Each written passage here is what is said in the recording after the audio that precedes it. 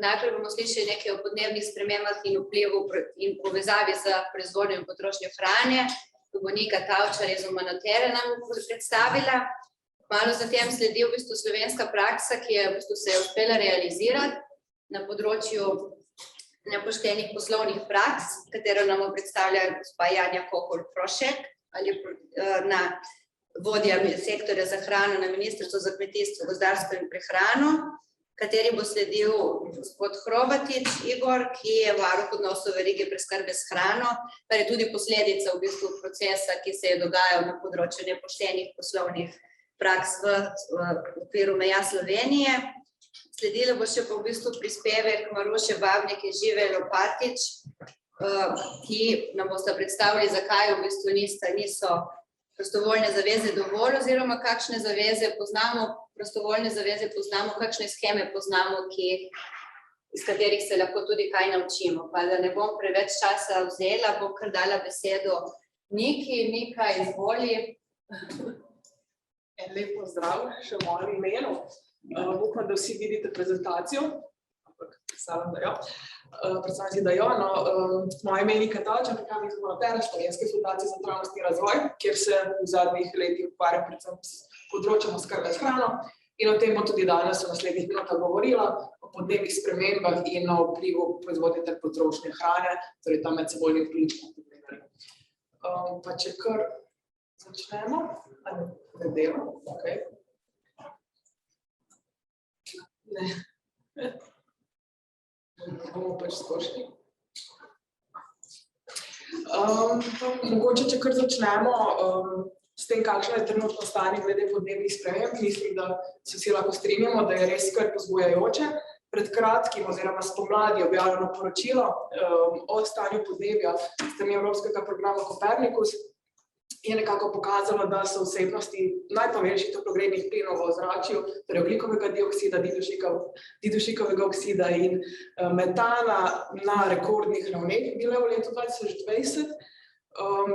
To so v bistvu vsi plini, ki nastajajo v človekovih dejavnostih, to so tudi vsi plini, ki nastajajo tekom oskrbovalne verige s hrano.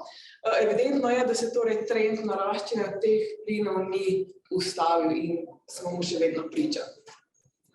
Naraščanje vsebnosti toplogrednih plinov v ozračju torej povzroča globalno segrevanje. Na sliki imamo ta graf, ki prikazuje dvigovanje temperature od predindustrijskega obdobja pa do danes. V bistvu zadnjih 6 let lahko govorimo o najtoplejšem obdobju, odkar opravljajo meritve. In v bistvu temperatura se je že povišala od predindustrijske dobe za 1,2 stopinje. V Sloveniji govorimo še o hitrejšem dvigu temperature. Slovenija se zaradi svojih geografskih značilnosti segreva 2-krat hitreje. Vprašanje, ki ga bomo danes naslovili, oziroma malce smo ga že, pa je, kako je vse to povezano s hrano. Torej, najprej, koliko in kako sistem oskrbe s hrano vpliva na podnebne spremembe. Vpliv sistema oskrbe s hrano na podnebne spremembe je izredno težko meriti. Viri izpustov so zelo raznoliki, so zelo razpršeni, tako da v bistvu šele letošnje leto marca, kar lahko vidite, izšla prva večja raziskava z tega področja, ki je nekako pogledala oskrbovalno verigo in pa kakšni so izpusti tekom te oskrbovalne verige.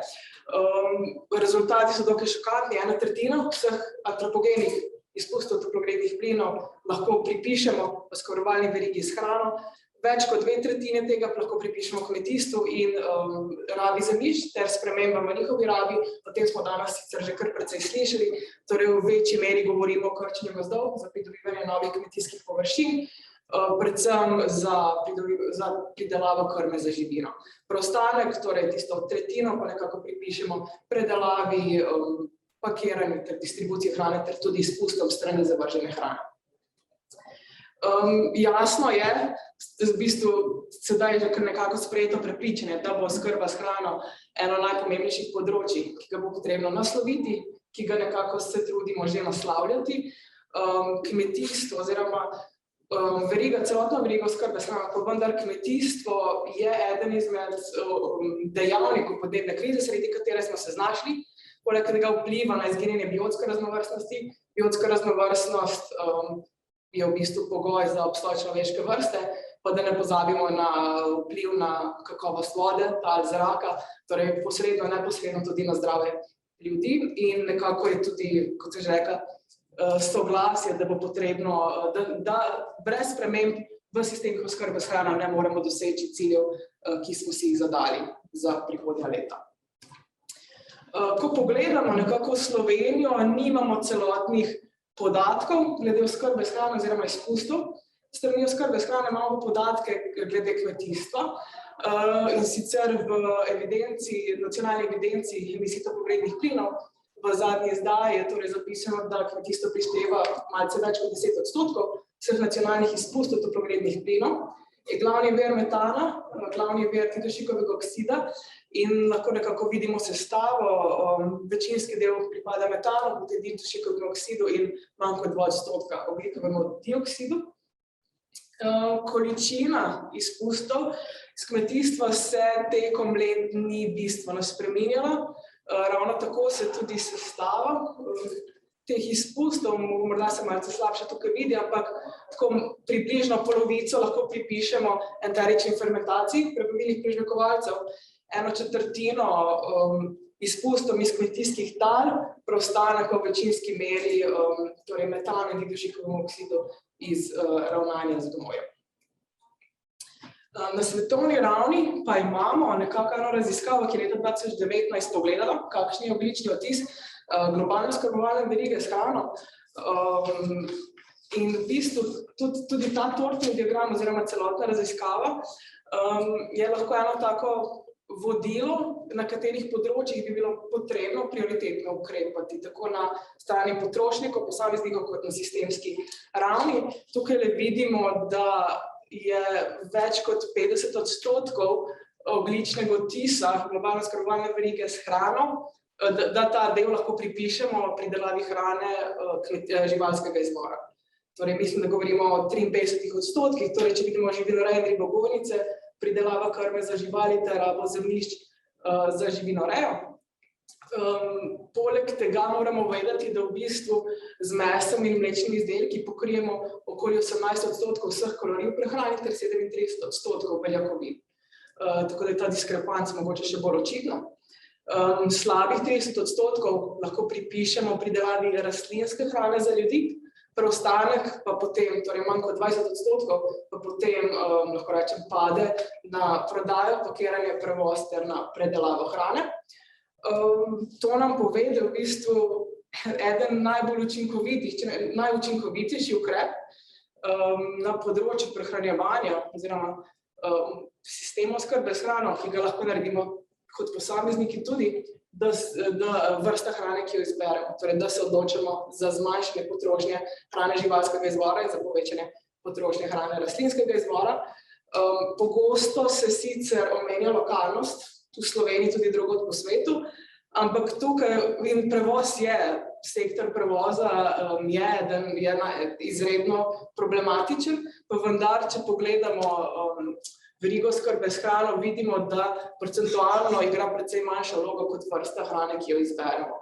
Seveda moramo tukaj upoštevati, da lokalnost pomeni tudi, da podpiramo lokalne proizvajalce, lokalno gospodarstvo, tega ne smemo pozabiti, pa vendar vseeno je vrsta hrane, ki jo izberemo, izrednega pomena. No, v bistvu tukaj še ena misel filozofa Monbiotja, ki je ravno to izpostavil, da pretirano poudarjamo prehranske kilometre, premalo pa vrsto hrane, ki jo jemo.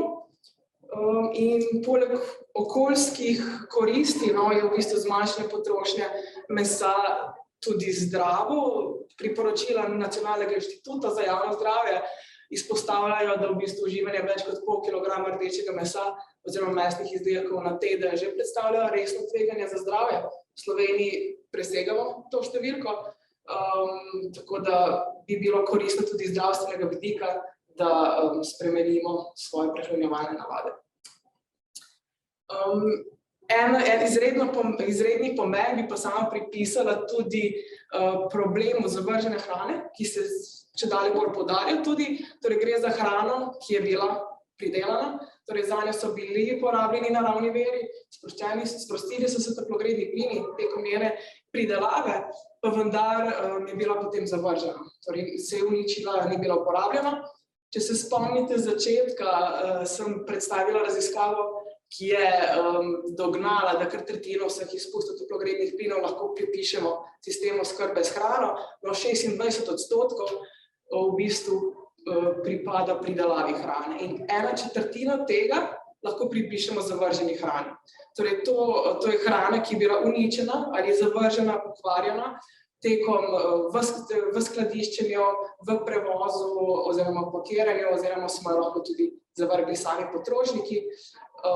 In to je zagotovo področje, na katerem lahko vsakdo nekaj naredi in kjer bi bilo potrebno narediti nekaj več.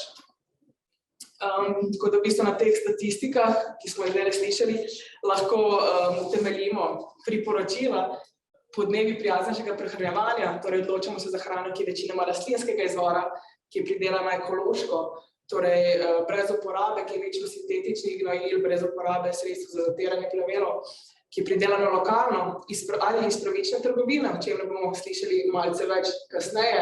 Hrana iz pravične trgovine je pogosto, največkrat tudi iz ekološke pridelave, da je sezonska, čim predelana, čim zapakirana ter jasno, da ne pristane med odpadki. No, v bistvu do sedaj sem govorila predvsem o vplivu prehranskega sistema na podnebje, ampak dejstvo je, da je pridelava hrane tudi žrtev podnebnih sprememb, kar je potrebno omeniti. Torej, s povišanjem temperatur, spremembami padavinskih vzorcev, z dvigovanjem gladine morja se bodo jasno spremenile razmere za pridelavo hrane v prihodnosti. Ogrožena je že v tem trenutku varnost oskrbe s hrano v določenih delih sveta in bo še bolj. To ne bo izoliran pojav, to se bo v bistvu pojavljalo globalno, sploh če pomislimo na to, kako smo povezani in kar smo slišali že v predavanjih malce prej. Tako da kmetijstvo poleg zniževanja izpustov toplogrednih plinov, torej poleg ukrepov povezanih z blaženjem podnebnih sprememb, se bo moralo tudi prilagajati nanje. Nujni bodo ukrepi na tem področju, kmetijstvo je vseeno prvi sektor, ki se bo moral prilagajati na podnebne spremembe. In zaenkrat se na tem področju še ne dogaja dovolj. Zdaj, kaj pomenijo podnebne spremembe za Slovenijo oziroma za pridelavo hrane tukaj, ker s povišanjem temperature se bodo spreminjale razmere tudi v Sloveniji in v bistvu strokovnjaki iz Agencije Republike Slovenije za okolje so pripravili oceno podnebnih sprememb v Sloveniji do konca 21. stoletja, prav za kmetijstvo in gozdarstvo. In kjer izpostavljajo, da se bo v bistvu s povišanjem temperature, z ogrevanjem zraka se bo ogreval tudi površinski sloj tal, posledično se bo dolžina rastne dobe podaljšala, spomladi prej, jeseni kasneje, zavleklo se bo tudi v zimsko obdobje. To seboj prinaša tako pozitivne kot negativne vidike, jasno. Med pozitivnimi lahko izpostavljamo, da bomo imeli večji izbor rastlin, ki bomo lahko videli na območjih, kjer jih sedaj ne moremo. Poleg tega bo možno uvajanje tudi bolj toploljubnih rastlin, ki jih zaenkrat še ne poznamo morda. Po drugi strani pa bodo višje temperature vodile do širjenja novih rastlinskih bolezni, ki jih še ne poznamo, s katerimi se še nismo soočili v Sloveniji, do pojava tujih invazivnih rastlinskih vrst, zlasti plevelov in jasno rastlinskih škodljivcev. Večje bodo potrebe po namakanju, zaradi zgodnejšega razvoja rastlin, tudi zgodnejše setve, se bo večkrat bo tveganje zastoja rastlin v hladitvah bolj evidentno zaradi teh nenadnih vdorov polarnega zraka. Tudi več pozebe bodo bolj problematične že letos. Mislim, da spomladi smo imeli pozebe, tako da bodo nujni ukrepi, ki bodo nekako ščitili pred pozebo. In tudi zaradi nesinhronega fenološkega razvoja rastlin, tudi ta nesinhron razvoj, fenološki razvoj rastlin bo nekako predstavljal grožnjo prehranjevalnim verigam ter tudi življenjskemu prostoru žuželk opraševalk. Evropska unija oziroma Evropa, nekako Slovenija z njo je kot ena izmed bolj ambicioznih si je postavila za politični cilj do leta 2050 podnebno nevtralnost oziroma doseganje ničelne stopnje neto emisij. kar pomeni, da izpusti toplogrednih plinov ne smejo nekako presekati zmožnosti naravnih ponorov, da jih odstranijo iz ozračja. To je izredno zahtevna naloga, za ne vem koliko časa imaš, ampak samo na hitro, če pogledamo ta grafikon, kaj v bistvu to pomeni, zmožnost evropskih naravnih ponorov, da iz ozračja odstranijo ogljikov dioksid, je na tej sliki prikazana s tem zelenim pasom spodaj, ki ga vidite. V letu 2018 je znašala 6% povzročenih emisij, potem po letu 2035 se nekako pridruži še tehnologija za odstranjevanje ogljika, ki bodo, upajmo, da razvite za dosti meri ter tudi predvsem implementirane. To pomeni, da bo potrebno te živopisane pasove nad ponori ustrezno znižati. Torej, potrebno bo znižanje v vseh sektorjih. In če pomislimo na to, da kmetijstvo v tem trenutku znaša okoli 10% nacionalnih emisij, pomeni, da bi v bistvu morali vsi ostali sektorji postati popolnoma brezogljični, če se kmetijstvo ne bo spremenilo, torej potrebne bodo spremembe tudi na tem področju oziroma večja ambicioznost kmetijstva na tem področju, tudi v Sloveniji in drugod. Tako da v bistvu, če zaključim, da oskrbovalna veriga s hrano, kot sem že omenila, je vir toplogrednih plinov, je velik porabnik naravnih virov, je eden izmed glavnih vzrokov za podnebno krizo, eden izmed glavnih vzrokov za izginjanje biotske raznovrstnosti, saj veriga oskrbe s hrano takšna, kakršna je v tem trenutku, z velikim poudarkom na intenzivnem pridelovanju hrane. In če želimo preiti v sistem na desni strani, torej v bolj trajnostni sistem oskrbe s hrano, bodo potrebne spremembe tako na strani potrošnje, kot na strani proizvodnje, tako na strani sistema, kot na strani potrošnje. Tako, to je to. Hvala lepa. Sedite, lahko ostaneš na tukaj. Telefon se ne spustimo nikamor. Hvala za vse povedano, veliko informacij, vemo zelo kratek čas za vse podati. Hrana je kompleksen problem, vsi jo potrebujemo za preživetje, tako mi kot drugod po svetu. Imamo že vprašanja v chatu, da vidimo zdaj, ali bo pravilno slovensko rečeno, v pogovoru.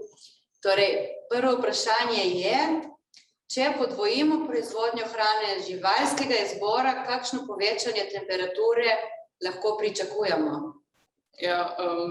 Odgovora na to nimam. Bi morala pogledati, če je bila že pripravljena kakšna raziskava. Bilo je vprašanje za živalskega izvora. No, zagotovo lahko pričakujemo tako povečanje, da take prihodnosti si jih še ne želimo. Tako da nimam natančnega odgovora, ampak veliko povečanje. Sploh pa, če omenjamo tudi izginjanje biotske raznovrstnosti, poleg tega se res poraja vprašanje, kako si bomo potem pridelovali hrano, če bomo nekako uničili vse ekosistemske storitve okoli nas. Imamo še naslednje, to je mogoče bolj komentar. V času Franceta Prešerna smo imeli 30% površine države prekrite z gozdom, danes pa 60%. Torej se gozd zarašča in uporaba nekaterih globalnih številk nima zveze s Slovenijo. Raba tal, za katero ste rekli, da je najbolj pomembna za Slovenijo, ni relevantna. Gozda je za 100% več kot 200 let nazaj in se še kar naprej zarašča. Da vidimo, če je naslednje. Tukaj bi lahko samo rekla, da Slovenija, ko govorimo o sistemu oskrbe s hrano, govorimo o povezanem sistemu. Slovenija ni izolirana enota, tako da vseeno se mi zdi, da je vprašanje, ki se vseeno moramo gledati globalno. Nepotrebno, da se zavedamo, hrano, ki jo kupujemo na naših policah, prihaja v veliki meri iz tujih držav. V Sloveniji nismo prehransko samooskrbni. Na področju rastlinske hrane smo samooskrbni 36%, na področju sadja, v lanskem letu 48%, na področju zelenjave, manj kot 50% na področju krompirja, kar se mi zdi, da je tak jasen indikator, da bi bilo potrebno nekaj glede tega spremeniti. In tudi eden od znakov je bil lansko leto korona. Korona kriza je jasno razgalila problematiko tudi slovenske samooskrbe. Ko kar naenkrat na naših policah ni bilo več moč najti sadja, zelenjave, za katerega smo nekako navajeni. Tako da No ja, evo, tako mora zaključiti, ker vidim, da so še. Ja, v bistvu, vprašanje imamo iz publike, bomo zdaj vzeli kar v živo vprašanje, mogoče, da se premaknemo malo iz spleta tudi v živ prostor. Ker prihajam iz resorja, ki proizvaja hrano, Ministrstvo za kmetijstvo, bi mogoče malo replicirala na čas korone in neoskrbe slovenskih polic z hrano. Mi smo na ministrstvu v tistem času delali kar veliko, spremljali smo pojav oskrbe in to moramo odločno limitirati. Šlo je do zelo kratkih prekinitev, ampak v globalu lahko rečemo, da smo imeli cel čas ustrezno ponudbo na trgovskih policah. Tudi sadja in zelenjava. Ta informacija bi jih ne drži, bi pa mogoče polemizirala tudi o tem. Jasno je, da smo vpeti v globalne sisteme proizvodne hrane, vendar če Slovenijo gledamo kot del te enote, naše naravne danosti so takšne, kot jih imamo. In mi na področju proizvodne rastlin, to se pravi rastlinske proizvodne in posledično hrane, ne bomo mogli nikoli zadostiti samozadostnosti v vsakem primeru in vedno bomo odvisni od drugih trgov oziroma druge proizvodne, kajti naše naravne danosti so take, da smo pač država, ki ima malo ravnih površin, to se pravi, imamo slabe pogoje za intenzivno rastlinsko proizvodnjo in bomo vedno usmerjeni, če bomo hoteli ohraniti trend zaraščanja, bomo vedno mogli ohranjati določen delež živinoreje, ki je vedno v območjih, kjer so težji pridelovalni pogoji. Nenazadnje Slovenija ima na področju kmetijskih površin 68% kmetijskih zemljišč v tako zvanih območjih za težjo pridelavo. Pač mogoče komentar v tej smeri.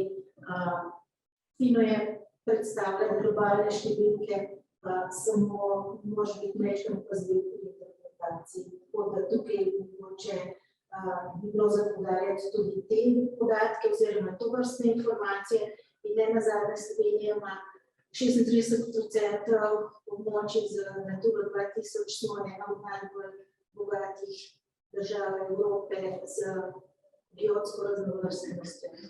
To je tudi, bom rekla, tudi pri nas je absolutno trendi zmanjševanja številčnosti živalskih in rastlinskih vrst, vendar ta trend je pri nas izjemno relativno počasen, če se primerjamo z ostalimi.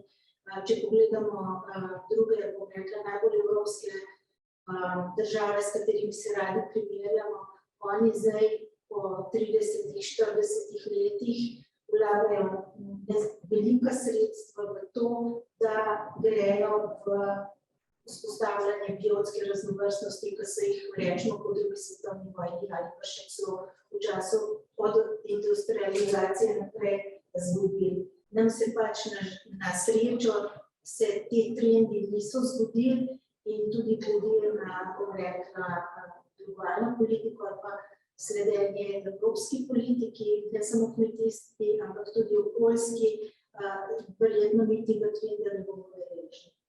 Toliko mogoče za dodatek k vaši interpretaciji, ki je bila nesporno dobra, operirate z, bom rekla, študijami z velikimi številkami, z sistemi, ampak kakšna stvar, jasno smo v redu, tudi nam se dogaja, sam določeni trendi se mi zdi, da so pa nas mogoče malo počasni.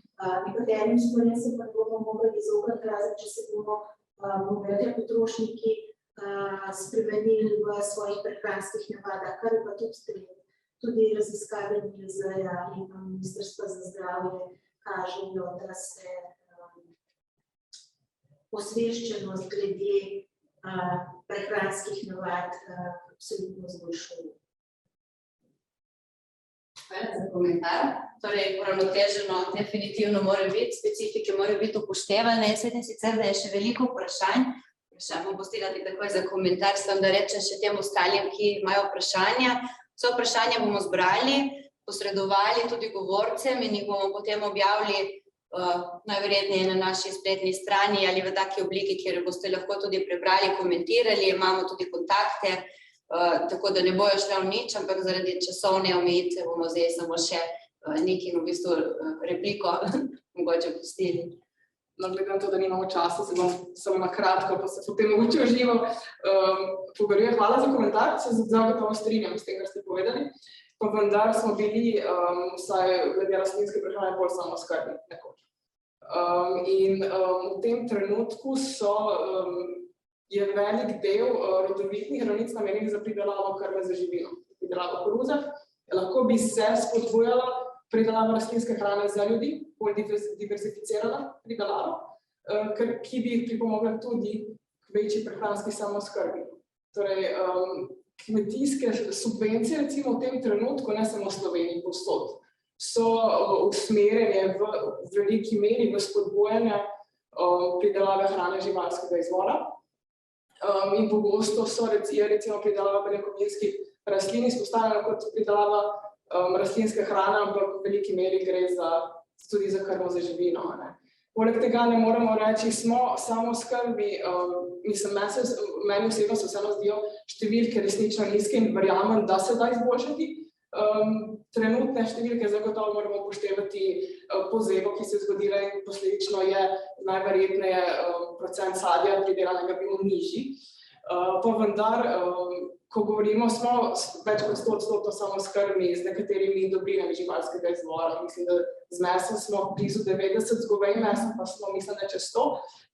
Pa vendar, tako pa mleko, no, ampak recimo velik del živinske krme uvažamo iz držav, v katerih smo že prej slišali, kaj se dogaja. Torej, v bistvu, ali smo res tudi prehransko samooskrbni tam, morda lahko prevprašujemo potem to, koliko je prehranske samooskrbe na tem področju. Tako da ja, morda prepustim besedo drugemu, pa se potem še lahko pogovorimo. Hvala. Še enkrat lep pozdrav. Predstavljala bom eno, bom rekla, ožje področje ali pa zelo specifično področje, to se pravi pravični odnosi v verigi preskrbe s hrano, to se pravi celotna veriga se začne v primaru, to se pravi pri kmetijski pridelavi, za katero mi vemo, da je razpršena, da proizvajamo na majhnih površinah, glede na to, da smo narod, ki se slabo povezuje, slabo med sabo pogovarja, je tukaj še vedno prisoten velika mera individualizma, kar pomeni, da je kmet kot proizvajalec hrane še vedno zelo šibek člen v primerjavi z ostalimi členi v verigi preskrbe s hrano. To se pravi, naslednji členi so industrija, to se pravi predelava hrane, pač v taki ali drugačni obliki, in pa potem trgovina in pa potrošnik. Slovenija ima tudi zanimive podatke, mi imamo največ trgovskih površin na prebivalca v Evropi, kar pomeni, da smo imeli v določenem obdobju, ne tako dolgo nazaj, ta trend gradnje trgovskih centrov in tako naprej. Ti trgovski centri morajo delovati oziroma morajo biti vzdrževani, mi kot potrošniki gremo radi tja, zaradi tega, ker je fino, ker se veliko tam dogaja. Sam ne nazadnje vsi dobavitelji v te potrošniške centre in pa tudi potrošniki tudi ta standard ali pa to ponudbo tako drugače plačamo skozi ceno končnega proizvoda. In ta razlika, koliko si kdo v tej verigi vzame, je v bistvu predmet aktivnosti našega ministrstva nekje od leta 2000. A mi lahko živa pomagate? Ne gre, ne mogoče. Aha, tle. Aha, tle, ta poščica.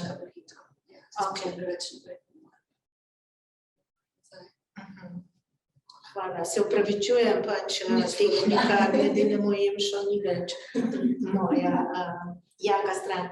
Skratka, 2010 smo začeli z vsemi temi aktivnostmi in sicer smo najprej naredili eno tako dosti dobro poizvedbo, kakor smo lahko, glede na to, da so pogodbe, ki jih imajo členi, deležniki med sabo, vedno individualna zadeva, to niso javni dokumenti in gre za zaupnost informacij in podatkov in smo zelo težko ugotavljali, kakšna so pravzaprav ta medsebojna razmerja in medsebojne relacije, ki so vedno predmet takih ali drugačnih pogodb.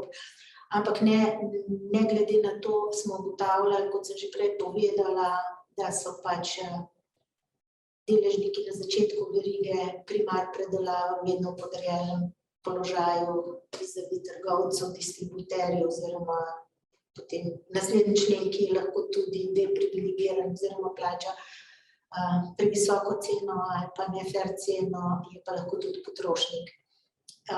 In skozi ta proces smo prišli v letu 2011, da so vsi deležniki v verigi podpisali kodeks dobrih poslovnih praks oziroma pravičnih odnosov, kar se je pa izkazalo, da so bili vsi zelo deklarativni, da se v bistvu nobene bistvene spremembe v tej verigi niso zgodile. Zato smo v letu 2014 pristopili oziroma kar 2 leti prej, ker je bil pač to dolg proces usklajevanja, smo pripravili prvi zakon o kmetijstvu, ki je že obravnaval poleg tistih klasičnih vsebin kmetijske zakonodaje tudi zelo netipičen del, to se pravi urejanje odnosov v verigi preskrbe s hrano. In v tem letu smo kot en tak protipol, bom rekla temu administrativnemu delu, ki ga država ureja z normativnim, z prekrškovnim delom ali pa z kontrolnim delom, smo uvedli varuha pravičnih odnosov v verigi preskrbe s hrano in uzakonili smo plačilne roke.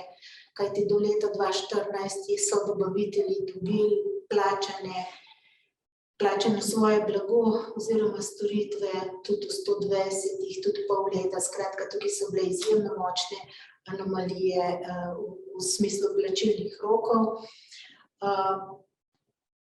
kar se nam je zdelo taka pomemben preskok in pa javna agencija oziroma takrat še Agencija za varstvo konkurence smo opredelili kot svoj prekrškovni organ.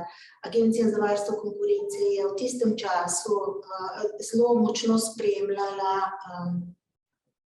delovanje trgovskih sistemov in ugotavljalo se je v tistem času, da so vsi trije največji trgovski sistemi v Sloveniji na nek način povezani oziroma izvajajo tudi prakse v smislu nečist klasičnega kartelnega dogovarjanja oziroma zlorabljali so svojo moč in s tem diktirali, bom rekla, vse poslovne odnose nazaj v sistemu. Takrat je Agencija za varstvo konkurence izdala tem trgovcem tudi določene odločbe oziroma obligacije, da so mogli poročati, kako imajo urejene odnose z svojimi dobavitelji. In agencija se je takrat na nek način se je začela ukvarjati poleg konkurenčnosti tudi z bom rekla, analizami, kako delujejo ta medsebojna razmerja. In to je bil tudi razlog, da smo se nekako dogovorili in agencijo opredelili kot naš prekrškovni organ, ki naj bi začela bolj močno pregledovati tudi te medsebojne relacije v verigi preskrbe s hrano. Varuh je začel delovati v letu 2015. Vmes Ministrstvo za kmetijstvo je iz javnofinančnih sredstev zagotovilo tudi sredstva za njegovo delovanje. Varuh deluje neprofesionalno, to se pravi, to določi oziroma predlagajo ga konsenzualno deležniki. To se pravi, vsi tisti, ki so v prvem koraku podpisali kodeks in varuh v bistvu spremlja delovanje deležnikov, komentira oziroma spodbuja dobre poslovne prakse in pa bdi oziroma če ugotovi, da so kje kakšne slabe poslovne prakse pač lahko prijavlja ta dejanja Agenciji za varstvo konkurence. Žal smo v tistem času te stvari premalo določno napisali, zato je bila v bistvu v letu 2018 sprememba zakona, ki je še bolj močno opredeljeval vse te nepoštene prakse, medsebojne relacije. Ta zakon se je pa spremenil že v vmesnem času, se je pa o teh zadevah začel govoriti tudi na ravni Evropske unije, to se pravi v letu 2014 je bil ustanovljen tako zvan High Level Forum na ravni Evropske komisije, ki je združeval 4 DG-je, to se pravi konkurenčnost, potrošnike, kmetijstvo in pa trgovino. In so se začele države med sabo pogovarjati, kako bi v bistvu uredile te nepravične odnose. In takrat so že, bom rekla, se je začeli že definirati, katere so te nepoštene prakse, ki nastajajo. In Slovenija je bila takrat v bistvu ena od prvih držav, ki je te zadeve bolj detaljno urejala v zakonu. Mi smo takrat določili 23 nepoštenih praks, uvedli smo obvezno pisnost pogodb med deležniki, to je bilo posebej pomembno za te prve člene, to se pravi primar, dobavitelje surovin, naslednjim členom industriji oziroma trgovini in pa v bistvu definirali smo znatno tržno moč, ki so imeli tisti, bom rekla, močnejši deležniki, ki so s to svojo znatno tržno močjo in odvisnostjo teh prvih členov pogojevali tudi odkupne cene. To vsi vemo. Kmetijstvo je pač sektor, ko se določena stvar proizvede, ko je v tisti fazi, ko jo je treba dati v predelavo oziroma v potrošnjo, ne moreš čakati kot recimo s pralnim strojem ali pa z avtom, ko ga daš nekam v skladišče in čakaš na boljše čase. Ti moraš v tistem trenutku prisiljen proizvod prodati, to se pravi svoj primarni proizvod prodati.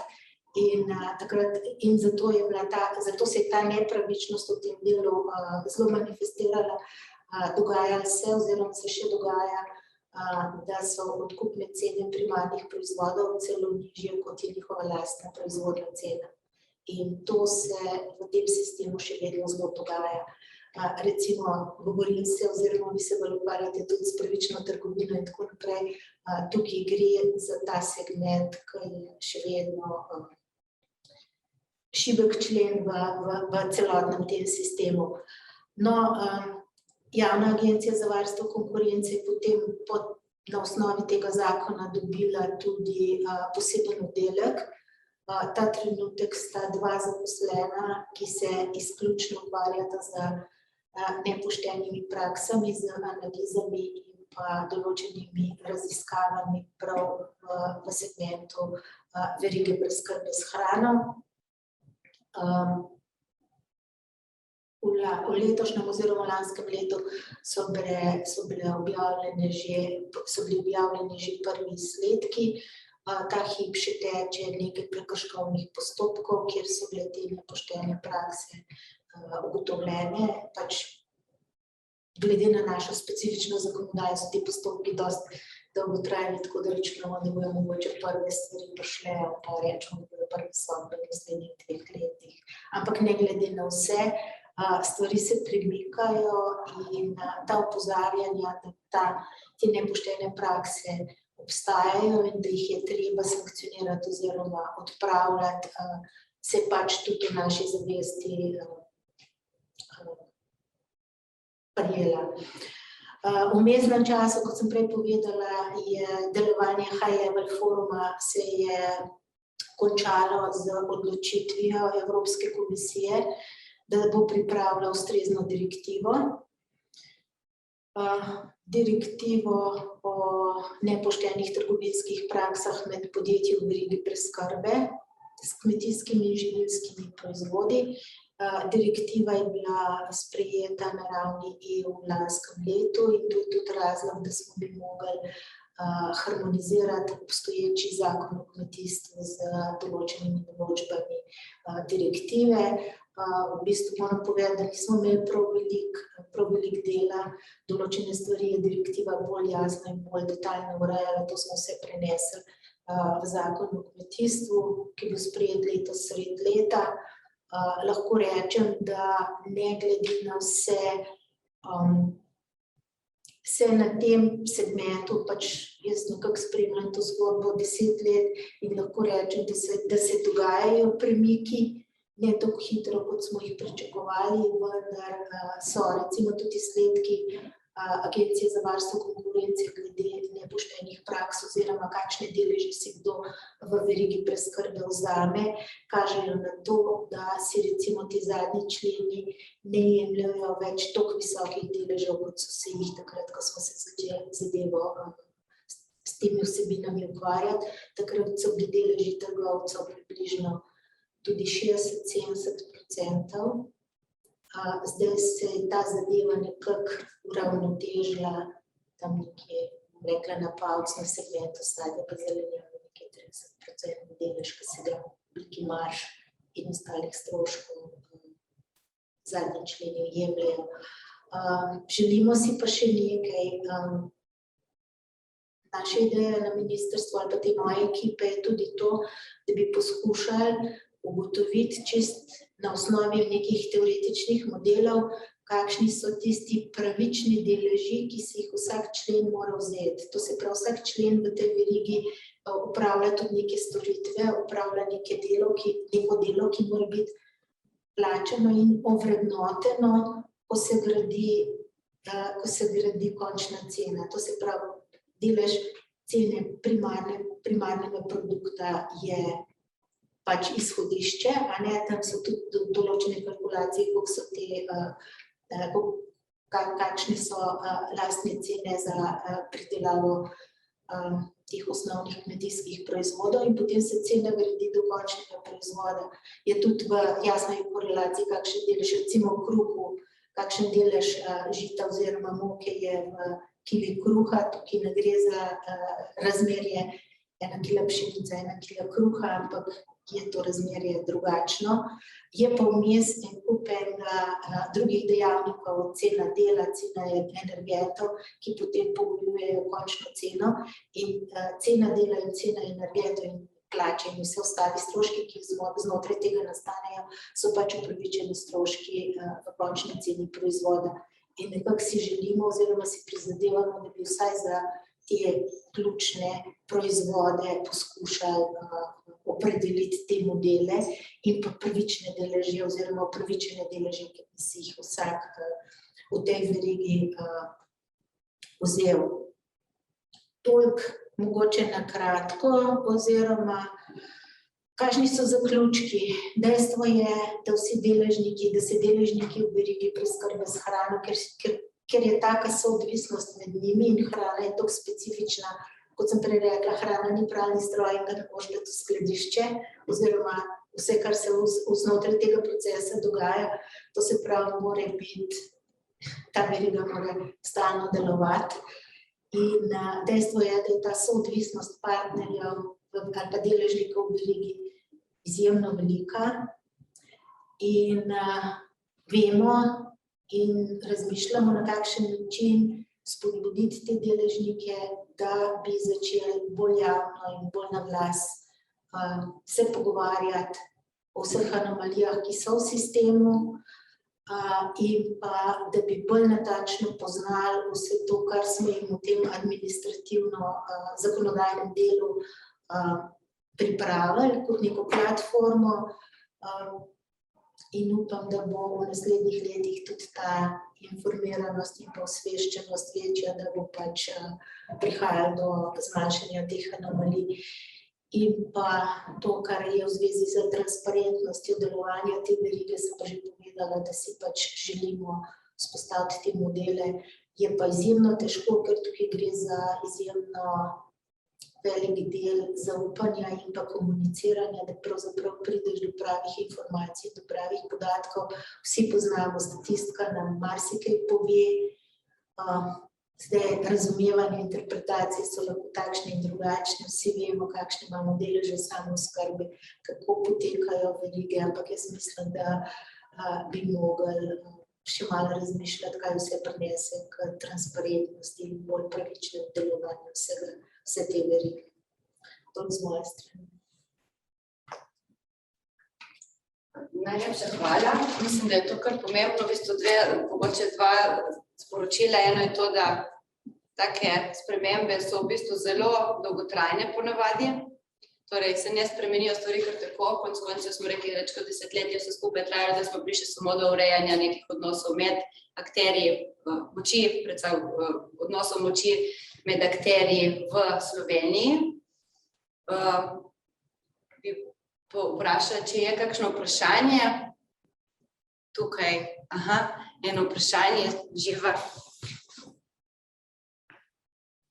Če lahko pa se bom kar malo vrnil. Redko.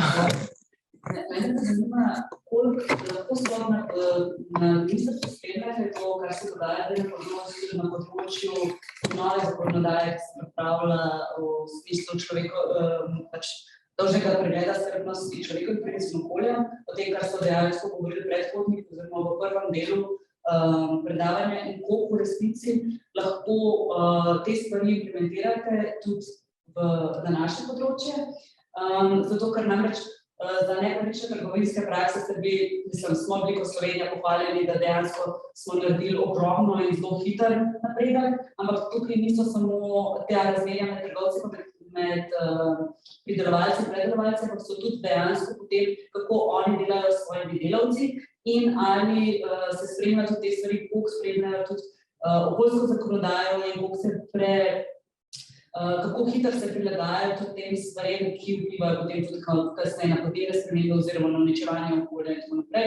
In ali tukaj tudi obstajajo neki procesi, ki bi pregledovali transparentnost oziroma da bi se dali tudi na to vplivati. Ker namreč ta zakonodaja, ki se pripravlja na evropskem nivoju, bo zahtevala v bistvu tudi pregled teh praks in vplivanje oziroma spremembo tudi na teh področjih. Ja, hvala za vprašanje. To delovanje je izjemno kompleksno, in prav na področju, bom rekla, človekovih pravic oziroma ravnanja z delavci, pa zaposlovanje, otroške delovne sile in tako naprej, bom grdo rekla, ni naše področje.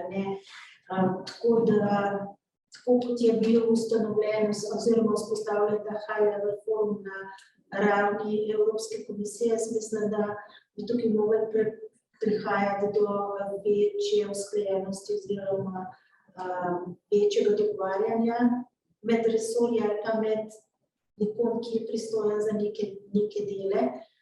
Dejstvo je, da sem jaz prepričana, da enkrat v prihodnosti se bo tudi na ovitku določenih proizvodov hrane pokazal, da bojo še dodatne informacije, ne samo te o varnosti, osebnosti in tako naprej, teh prostovoljnih označbah oziroma obveznih označbah, ki je na hrani, ampak da se bojo dodale tudi vse ostale zadeve, ali je proizvajalec upošteval vse te, bom rekla, pravilne ali pa pravične stvari v zvezi z zaposlovanjem, z delom, in pa jasno okolje. Zdaj ni to predmet danes, ampak lahko povem, da zdaj nova skupna kmetijska politika za naslednjo finančno perspektivo absolutno močno obrača vse te zgodbe in lahko rečem tako približno polovico ali pa rečemo pomemben del ukrepov oziroma vse, kar se bo zdaj v smislu finančnih podpor za področje kmetijstva in prehrane dogaja, bo močno povezano z vsemi določbami oziroma z vsemi stvarmi, ki so povezani z okoljem. To se pravi, ne samo izpusti toplogrednih plinov, gre tudi za uporabo fitofarmacevtskih sredstev, zaščite in tako naprej.